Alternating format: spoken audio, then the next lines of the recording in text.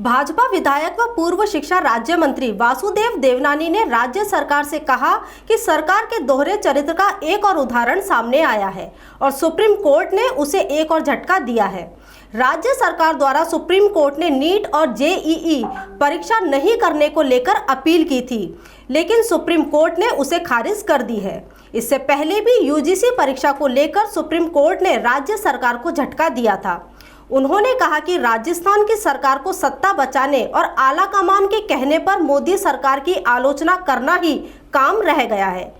उन्हें शिक्षा में गुणवत्ता से कोई मतलब नहीं है। ऐसे में सरकार के दोहरे चरित्र लगातार सामने आ रहे हैं, लेकिन इसके कारण राजस्थान में शिक्षा का बेड़ा गर्क हो रहा है। विधायक वासुदेव देवनानी ने सरकार पर आरोप लगाते हुए कहा कि राज्य सरकार ने थर्ड ग्रेड भर्ती के चयनित अभ्यर्थियों को 1.5 साल तक परेशान किया और अब रिजल्ट जारी कर वाहवाही लूट रही है, जबकि यह परीक्षा भाजपा के दौरान कराई गई थी और उनका रिजल्ट अब जाकर जारी किया गया है। ऐसे में बच्चों के भविष्य के साथ खिलवाड़ किया जा रहा है।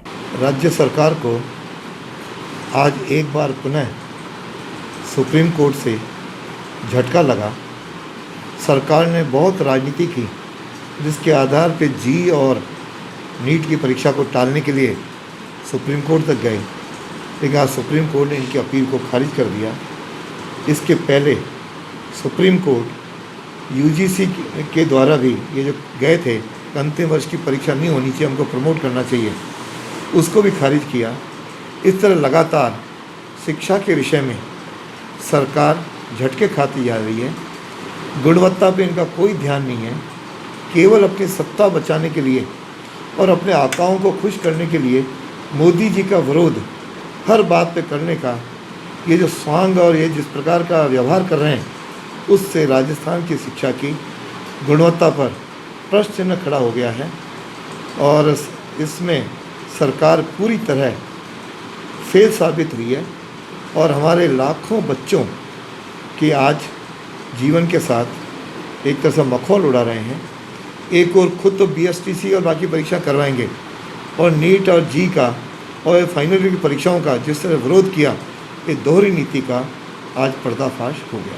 एक वर्ष जो हमारी सरकार ने एक बच्चियों की शिक्षा को बढ़ावा देने के लिए 9वीं कक्षा में जो बच्चियाँ एडमिशन लेती हैं उसको सदैव साइकिल देती आई है, जिसका लगभग बजट 100 करोड़ के आसपास रहता है। इस बार भी 115 करोड़ बजट का प्रावधान था, लेकिन इस वर्ष सरकार ने इसका टेंडर करने पे भी रोक लगा दी है।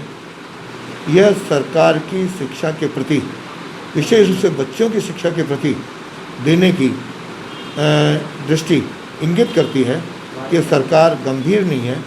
सरकार केवल दावे करती है, सरकार केवल पुरानी सरकार की बातों पर केवल क्रिटिसाइज़ करती है, लेकिन खुद न तो बच्चों की शिक्षा के वो गंभीर है, न बच्चों के प्रति किसी प्रकार का शिक्षा के प्रति ये कुछ नीति रखती है, कुछ सोच रखती है।